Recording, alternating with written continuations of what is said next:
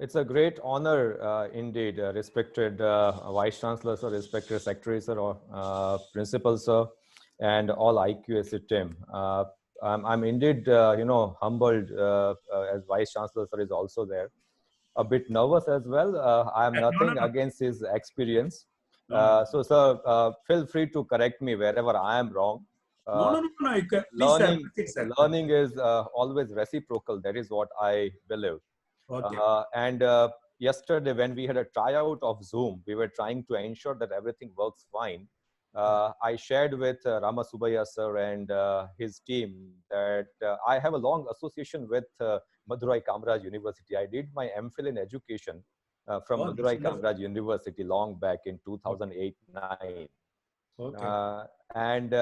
I believe that life is full of coincidence. So even that was a coincidence. And coincidentally, me and Ramasubaya sir and I think Vimala madam, both of them, they listened to me in one of the FDPs organized by Gujarat Technological University. And they invited me to share my thoughts with this large audience. Thank you indeed. NICAS College Madurai Kamaraj University, and entire IQAC team. So here I go. Before I start, I would like to just, give a note of caution that in case my internet gets interrupted, I have a backup as well. So it might get, delayed for a minute or two, but immediately it will connect. So this is a new kind of arrangement that we have to do these days. So I have kept internet backup as well. Please don't go away if my audio or my video stops for a minute. I'll immediately reconnect. So with this, I will start. Our today's topic means the topic that we are going to discuss. Already, sir has, Honorable Vice Chancellor sir has given background to that. And that is regarding quality concerns. So though we are talking about ethics for teachers in digital era, research ethics for teachers in digital era, where does it go and where does it lead us to?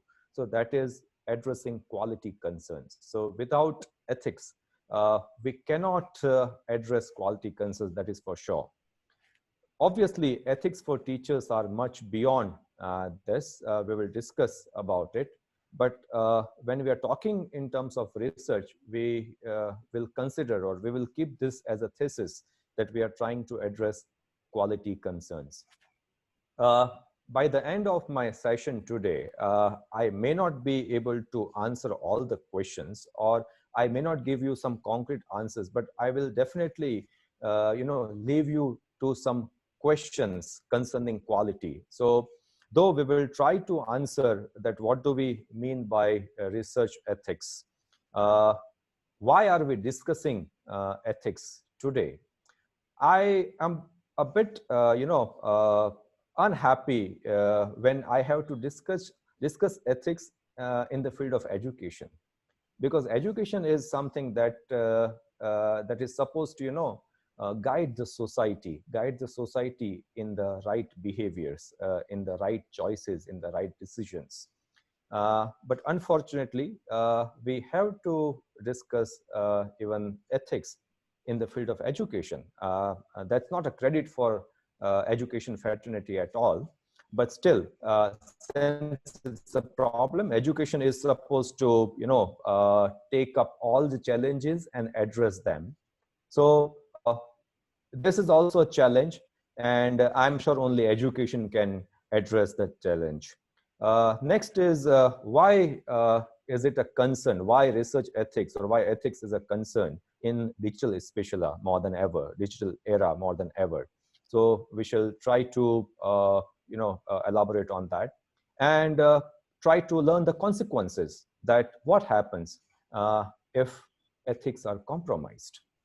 We need to know because generally all our behaviors are guided by the consequences.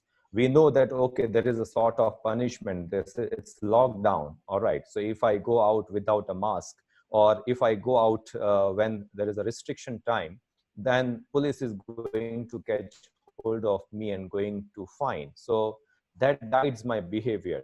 And if we know the consequences, then definitely we can, follow the minimum procedures, follow the rules and regulations. Starting with ethics, I don't think that we need to remind ourselves that what is ethics. We need to give definitions of what do we mean by ethics. But all in all, ethics, they help us make right choice. They help us follow the rules and regulations. As I said that it's unfortunate that we have to discuss ethics in education as well. But then answer is in education. Answer is in the way we take it forward, the way in which we teach. So if we examine how can we teach, the ways of teaching, a teacher can teach by instructions. I can just simply pass on instructions. And there are teachers who simply teach by instructions.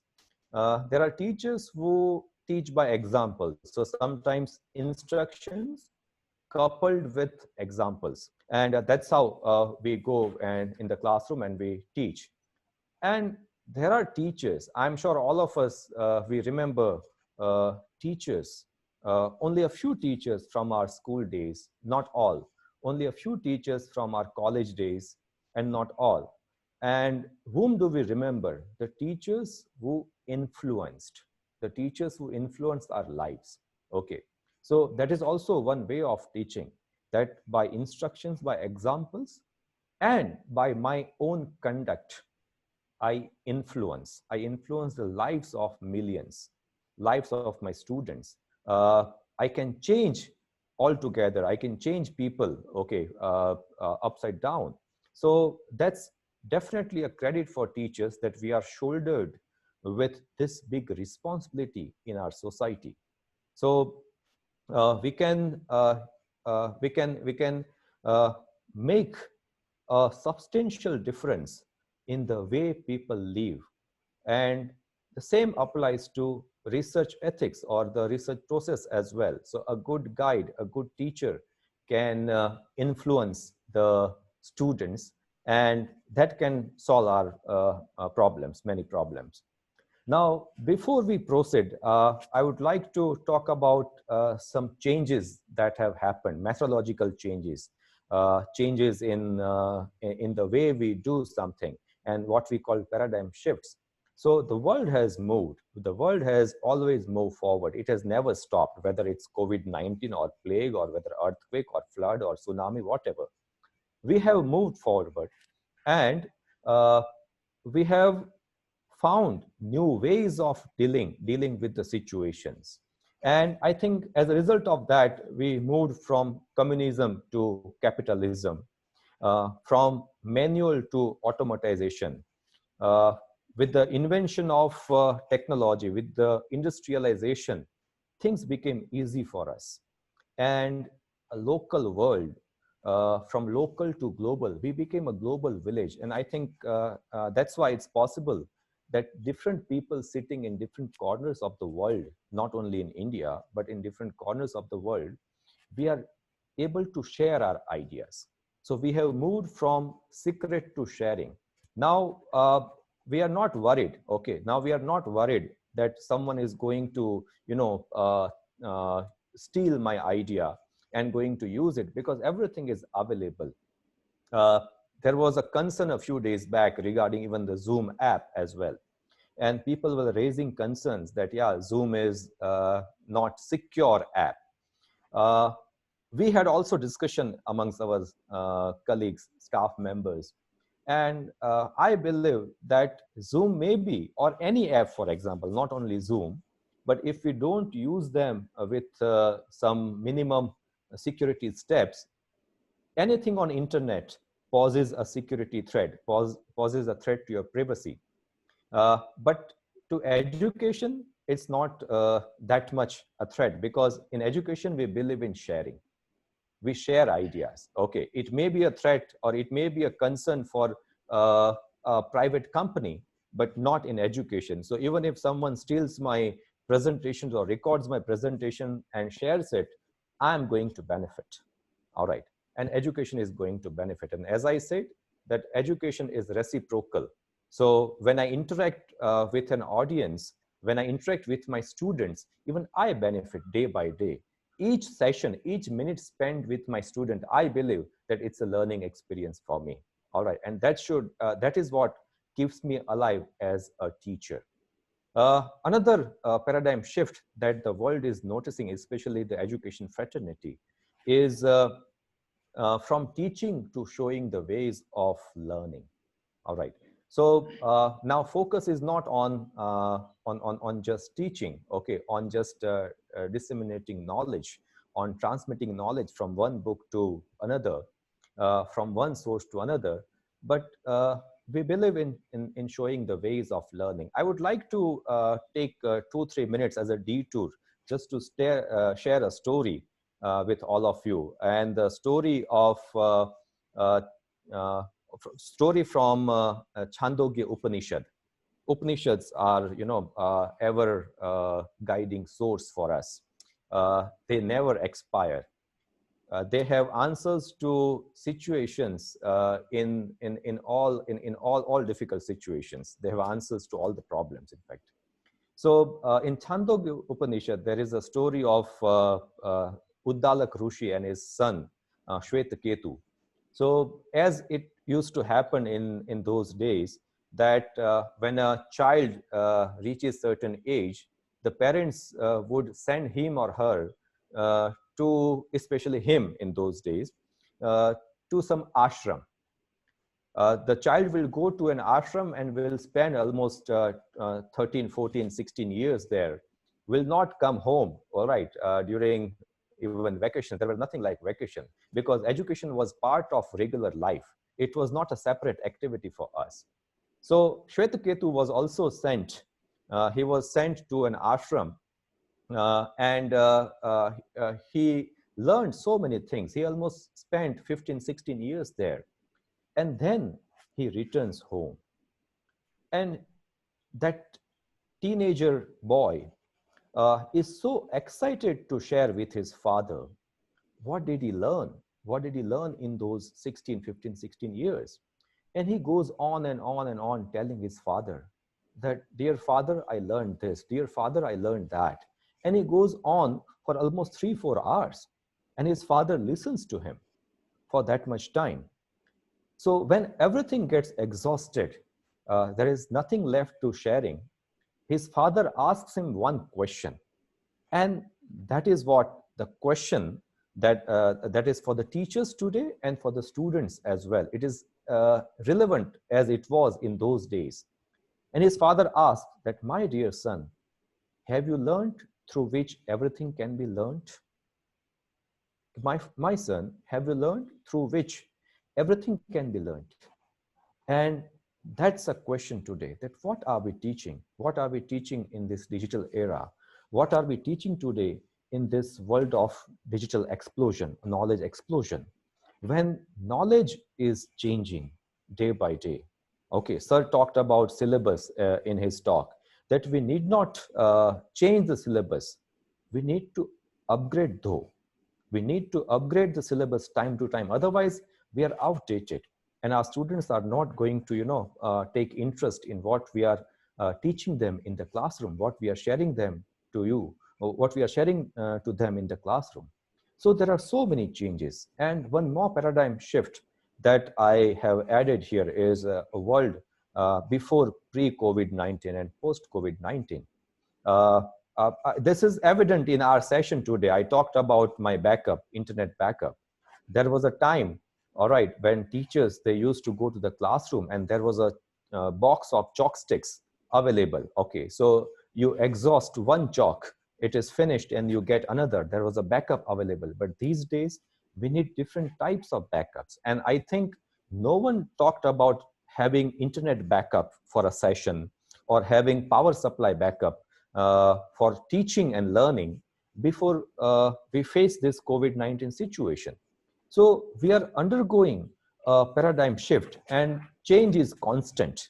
So with all these changes, with all this technology available to us, with the internet,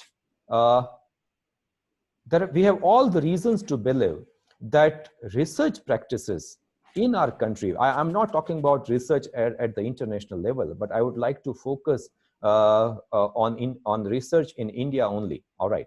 So research might have got a boost in India because of the technological advancement, because of sharing and everything. But it was not the case. If we believe in Narayan Murthy, who said something that opened researchers' eyes, even the government eyes, to a major concern. And he said in an award distribution ceremony that interest in research in India has been on the wane in the past few decades, despite outstanding overall economic growth. So we were achieving economic growth, but research interests were in vain. They were on declining stage. In the 1980s, India was among the top 10 countries in the world producing original research, slipping to number 12 in 1990s. So in one decade, okay, so by that time, India had not opened, all right, India had not opened the economy in 100%. But still, that thought has already started. But still, we slipped from top 10. When we had nothing, we were in top 10. But when we started having something, we slipped to the 12th position. And in the first decade of the new millennium, just imagine, all right, so India had internet at that time. I'm talking about the first decade from 2001 to 2010. So we had everything. We were economically doing very well in comparison to the rest of the world. We had internet, we had sharing everything, but India slipped alarmingly, below 20 in original research production. So that opened the eyes of the government as well. And if we see that in 2005, National Knowledge Commission in Dr. Manmohan Singh's government, National Knowledge Commission was formed. And the foundation of National Knowledge Commission was also these data, the data of India's contribution at international level in original research. And before 2005, we never talked about incentives for research, boosting research activities in the universities. It was just, a concern for an elite mass, you can say, of intellectuals who were genuinely interested in research only. So we were lagging behind at the international level. And in 2005, efforts were started. Knowledge commissions were established even at all state levels. And research activities were given a lot of encouragement as well as incentives. So that's where we started. And a result was evident. So during 2014 and 17, if we consider Elsevier data, why am I referring to Elsevier is even government of India takes, a reference of Elsevier rankings. In fact, Government of India Information and Technology Department assigned a task to Elsevier to find out data, to generate data of research publications in India. And it was Elsevier who declared that during 2014 and 17, India stood 5th for scientific research, original research, in terms of publications, research publications in journals, articles in journals. If we believe in National Science Foundation USA data, India was 3rd in 2018. Now, that means that India could do well. The efforts of the government has paid off. And all in all, we can say that we were in top 10. We were in top 10 at the international level. But then there was a major concern. I would also like to share one more data that Indian research output, it grew exponentially. And at this stage even, Indian research output is at the rate 14% in comparison to world average of 4% only. All right. So Indian research output is at 14%. But still, we have not achieved what we should have. The major concern is quality of research. And that is indicated by one more data published by Elsevier only, that out of number of publications, all right, so the total number of publications, research publications, Indian researches are cited only 3 per publication. So that's a major concern. Amongst top 10 countries, in terms of research output, in terms of research publication, India stood last in terms of citations per publication. Britain and Australia were 6.1. They topped the list. They were at the top in the top 10. Followed by Canada, 6 citations per publications. Germany, 5.9 citations per publication. US and Italy, 5.8. France and Japan were ahead of India, 5.6 citations per publication. And China, 4.1. So if we believe that China is our immediate competitor, demographically or economically in all terms, but even China is ahead of us, and India only 3 citations per publications. Now, why citations are important? Because the number of citations per publication shows the number of times a research paper has been cited, has been referred in another research. So that's a major concern, and that indicates the quality of research, that how many research scholars across the world, they are referring to Indian researches. All right. So somewhere we need to address this issue, and we can address only if we address the quality concerns. Otherwise, it's not possible. So quality concerns, especially in digital era, why we need to talk about quality? Because sharing has become easy. We are sharing everything. We are sharing, if you check the number of websites, there are more than 1.8 billion websites. This is data of 2018. All right. So in 2018, there were almost 1.8 billion websites, okay, on the internet. And that means that the world is sharing. Forget about social media and other platforms, okay? But people are sharing, and all this sharing is done without any concern, without any anti-censorship laws. All right. So it comes under free speech, and people can publish anything. So we need to decide that when we are sharing, are we sharing something that is reliable, that is valid? Now, sharing has given access. It has given access to us. Now, everything is accessible.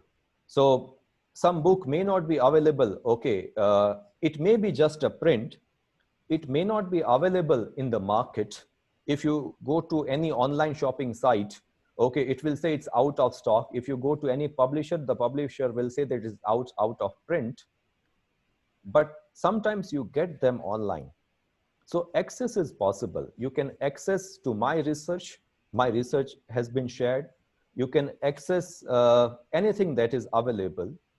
And that has posed a potential danger, and that is of appropriation. Okay, misuse of data, misuse of research outcomes, sometimes temptations to copy. So I may get tempted, if I am running short of time, or if I have a time limit to follow, then I would not waste my time in doing something genuine. Instead, what I'll do is I will get tempted to copy paste, and that is what we call appropriation. So it happens in so many ways. I would not like to go in that. But this digital era, or this digitization, has also given us control. So no doubt sharing is there, access is there. There are apprehensions regarding appropriation, they are also there. But there are all the possibilities, potential that, yeah, we can control the things as well. So because of control, now it's easy to find out. Easy to find out. Now UGC and even other agencies have introduced plagiarism checked softwares. All right.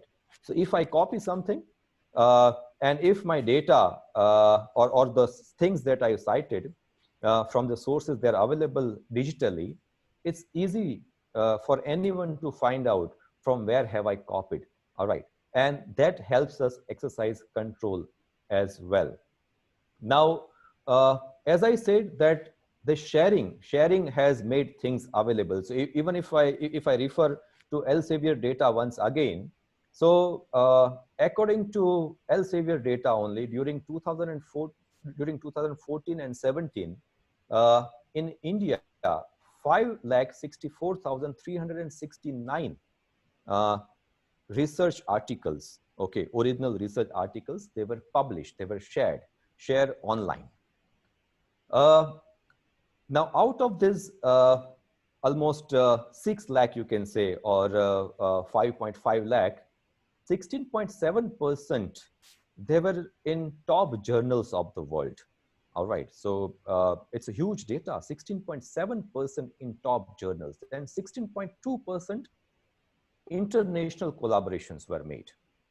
Now, look at, we are only having 3 citations per publication.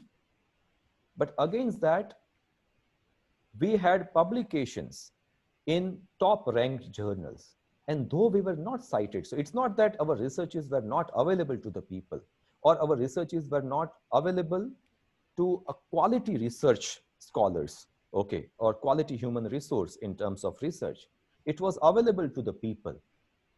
It was available for collaboration as well. People were interested in collaboration with us, but still only 3 citations. So this data should be, seen against what we saw in the previous slide. Research carried out, this is just for information, that research carried out in the field of engineering was 14.4%, 10.6% in the field of medicine, and in social science, I belong to social sciences, all right. So that's a concern for me, and maybe research in science has been incentivized a lot, but that's not enough for social science. And in social science, only 2% researches were conducted. So somewhere we need to consider these data, this sharing aspect that is easy because of digitization. So that will lead us to our next concern, next point, is that what is research in ethics? Okay, so we will keep this in background, at the back of our mind, that why are we talking? Why are we talking? Why are we discussing about research ethics today? All right. And is there something called research ethics? Because there are 2 contradictory terms here. Okay. Research and ethics. They are, you can say, by the spirit of these terms, they're oxymorons. Why they are oxymorons? Because research is completely an objective process. When something is completely objective, then only we call it research, because subjectivity can be avoided. Therefore, we call it a research procedure. So when you adhere to an objective process in conducting a study, it becomes a research. On the other hand, against that, ethics is subjective, it's individual specific. It can be interpreted. So what is right for me may not be right for you at this particular point of time or in a particular situation. All right. So for me to follow lockdown, okay, it's easy for me.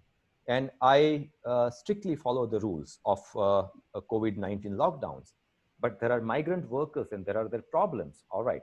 So how do you address? So it's not that their intentions are bad. All right. But something is forcing them. Something is forcing them to break the laws. Okay. So that's where our interpretations or our judgments on ethics will differ. But here we are talking about research ethics. As I said, it's a kind of juxtaposed altogether. But still, we need to discuss and we need to find out that how can I ensure ethics, research ethics, when I'm conducting a research, when I'm actually examining, evaluating a research project, okay, at both the levels. So any ethics means we talk about academic honesty. So for teachers, following ethics is being honest to the profession, uh, being, believing in integrity. And when we believe in integrity and follow something honestly, then we are addressing the quality concerns. Okay. Uh, as a research scholar, it's very important to take responsibility. Okay. So even as a teacher, it's very important to take responsibility of what I'm disseminating, what I'm sharing with a large audience in the education fraternity.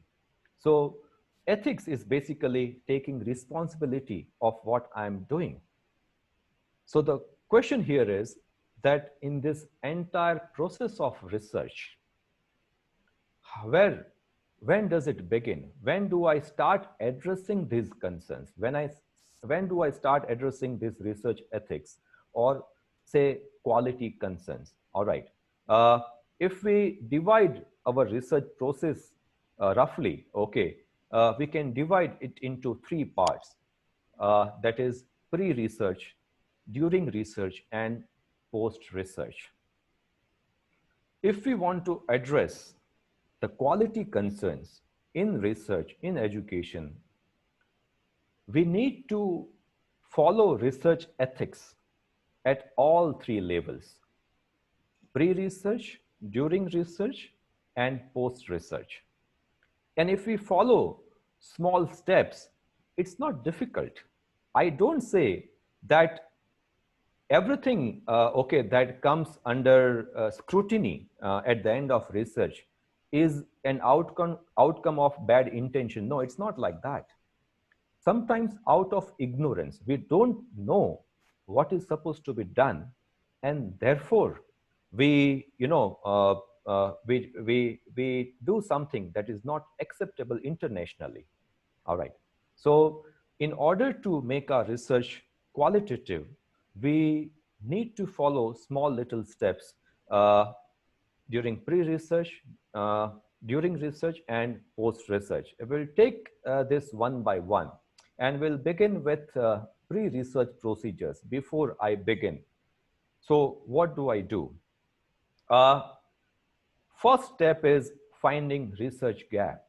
I don't know how many of us are actually aware what is research gap. How do I find out what is not done? If I do something that has already been done by someone, some organization, not only in India, but at international level, then it's like I'm reinventing the wheel. And that is actually happening. We have reasons to, justify that, yeah, it used to happen. It used to happen during the days of print. But now when everything is available digitally, this should not happen. So how do I find research gap? And that leads us to a major misunderstanding about review of related literature. When do I review? What do I review? What do we all know? It is discipline specific, but when do I review? Generally, we believe that we should review something. We should review the literature after my topic is decided, after my proposal, research proposal is approved, and then I start investigating. Technically speaking, it's wrong. We can continue reviewing. We can continue even after my proposal is, scrutinized and it is approved. But technically speaking, research means review of related literature. It should happen before I finalize my proposal, because it is the review of related literature that helps me find out an appropriate, valid research gap. Otherwise, it's not possible.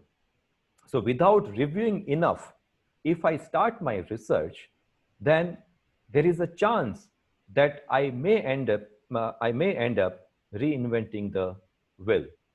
Second concern at pre-research level when I begin is my intentions behind conducting a research study. That why am I doing this research? Is it because of some requirement, eligibility requirement? Or is it a demand of my organization? Or I'm genuinely doing it? That this question that can certainly affect the quality of your research. These days, why quality of research is suffering? If I don't have, I'm sorry, I don't have any reliable data on this, but there is a hypothesis that quality of research in India is suffering because we have made it an eligibility requirement. Now, when a student comes to me, I almost stop taking new students for research as a research guide, because whenever a student comes, the first question would be, sir, are you available to guide? And if you say yes, would say that, yeah, I'm interested in conducting, I'm interested in doing PhD or research at master's level, MPhil. And then we'll say, yeah, fine, it's a good idea. And then we'll say, sir, please suggest a topic. That's not the way. That's not the way we should begin. All right. So that should be a genuine concern at least. Okay.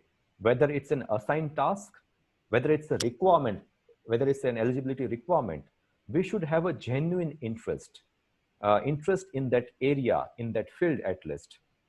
Next is some aspects of research methodology, because these days in the name of coursework as a mandatory requirement for research, every university is teaching research methodology.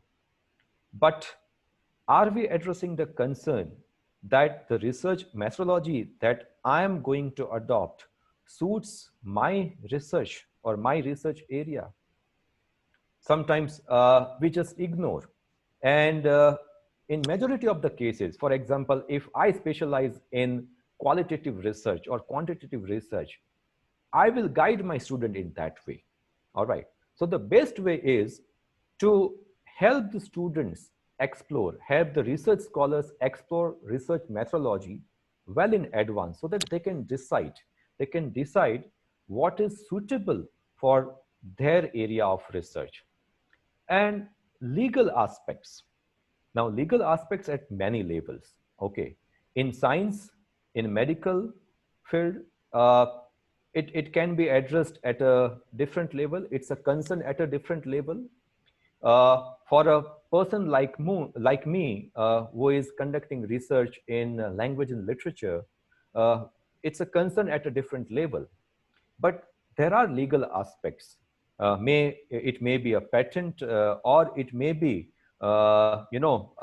referring to a book, or it may be identifying a source to review and actually taking it as a source in my research. So some legal aspects are also there. We'll talk about some of them in the later part of the presentation today. But at pre-research level, at least we should be aware. We should be aware of these aspects of qualitative research. Sometimes I have kept this as an aside, a detour for research guides, those who are actually guiding their students. And sometimes we find excuse for suffering research quality in number of students. Friends, that should not be a case. All right. So maybe sometimes we don't have a choice. So my colleagues in this agricultural university, sometimes they complain that university doesn't give us freedom to decide the number of students. Okay, it's a mandatory requirement for them to guide the number of students according to the admissions done every year. But that should not become a reason for suffering of quality of research. We all should ensure, and we should find out ways in showing the ways. All right. We should find out solutions in showing the ways to our students. Okay, so if I try to teach everyone everything, it's not possible. But if I just try to show the ways of conducting research in right way, even my students will learn, my research scholars will learn, and even I will add to my knowledge. So we can address that concern by opening ourselves to, or by believing in students, by believing that, yeah, my students can learn something on their own. During the research, so when I'm actually conducting the research, carrying out my research project, I must be aware of characteristics of a research. Okay, that what are the characteristics? What differentiates my research from an ordinary study? It's like a difference between science writing and scientific writing. So writing for science may be talking about science. Okay, we had a show on National Geographic or Discovery, I don't know, but some Paul, he used to talk about science. So that was show about science, all right. Or it was like science writing. But scientific writing is altogether different. Same way, an ordinary study is different from a research study. And for that, I must know that what makes my study a research study by following specific characteristics. Some of them I'll talk about here as well. So making it objective. So if it's a social science, how do I follow the characteristics? Because there are no defined characteristics in social science research. The only characteristic in social science research that we can follow is objectivity. And that is core of any research process. But two major concerns we can easily address. They are reliability and validity of a research. And reliability and validity suffers. They suffer when we don't adopt right method of conducting research, when we don't select appropriate tools for data collection, when we don't depend upon correct tests to apply on the data for analysis. And it also suffers when we don't report our research properly. So during research, at each and every step, I must know, I must ensure whether my method is valid. Validity is an aspect, okay, it's an aspect that decides what I am doing is actually perfect for it or not. For example, a test of grammar in language, it should test only grammar. It should not test knowledge of vocabulary. It should not test knowledge of, you can say, reading comprehension. It should not test the skill of reading comprehension of a student. So if it's a grammar test, it should test grammar only. Okay, whether my student knows a grammar rule or not, whether he or she can apply a grammar rule or not. So it should not. So that is validity, and reliability is consistency. So research is reliable only when it yields the same results with the same procedures and in the same kind of environment. But reliability and validity, they are decided by method, by tools, by data analysis techniques, by tests that we, and the way in which we report. Okay, so at all stages, we should ensure reliability as well as validity of our research. We'll go to the post-research and then we'll continue from there. So post-research, nowadays, because of this plagiarism checks, they are made mandatory for the research scholars. Even if I want to publish something, any publisher will ask me to undergo a plagiarism check and will give a result. And that has led to a misunderstanding on the research scholars' part, that we have almost reduced quality concerns in our research to plagiarism check only. We have developed that tendency. I see many research scholars in my university as well, that they never try to, know the right methodology, right tools. For them, quality is that if you get 80% certificate that, yeah, my research report is 80% free from plagiarism, that means that I have produced a quality research. No, my friends, it's not the fact. If you want to infect, and what if my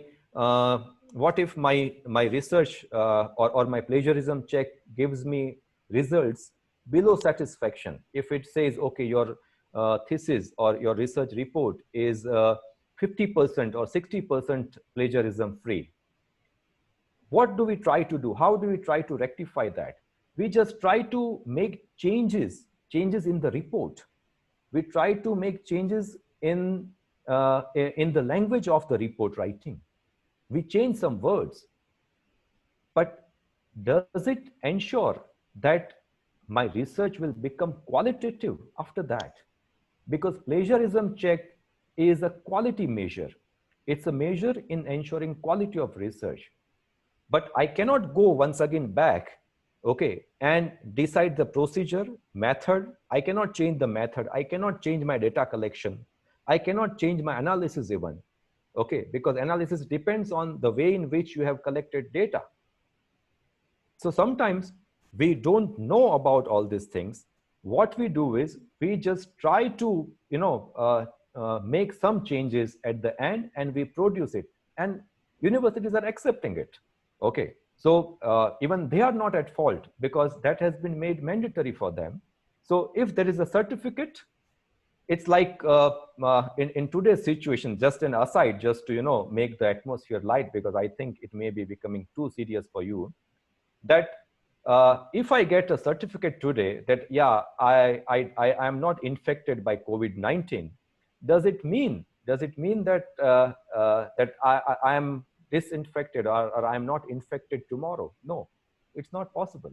All right. So still the virus is there. Okay, it is there in the society, it is existing. And as a human being, I cannot just confine myself to home 24/7 for long time.